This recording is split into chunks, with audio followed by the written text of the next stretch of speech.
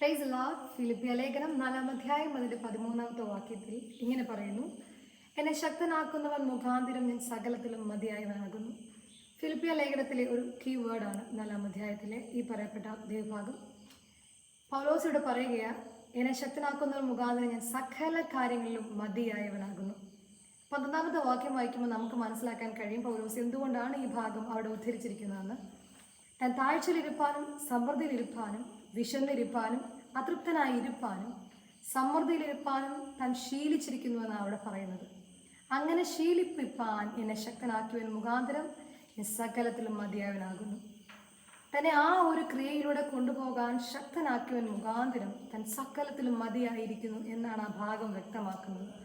നിങ്ങളിപ്പോൾ കടന്നു പോകുന്ന ഏത് സിറ്റുവേഷൻ ആയിരുന്നാലും ആ സിറ്റുവേഷനിലൂടെ കൊണ്ടുപോകുവാൻ ദൈവം ശക്തനായവനാണ്, ദൈവം മതിയായവനാണ്. അതെ, ഇത് കേൾക്കുമ്പോൾ തന്നെ നിങ്ങളുടെ ജീവിതത്തിൽ ഏത് പ്രതിസന്ധി ആയാലും ഏത് പ്രതികൂല സാഹചര്യമായിരുന്നാലും അതിനകത്ത് നിങ്ങളെ ശക്തനാക്കുന്ന ഒരു കരമുണ്ട് എന്നുള്ള കാര്യം മറക്കരുത്.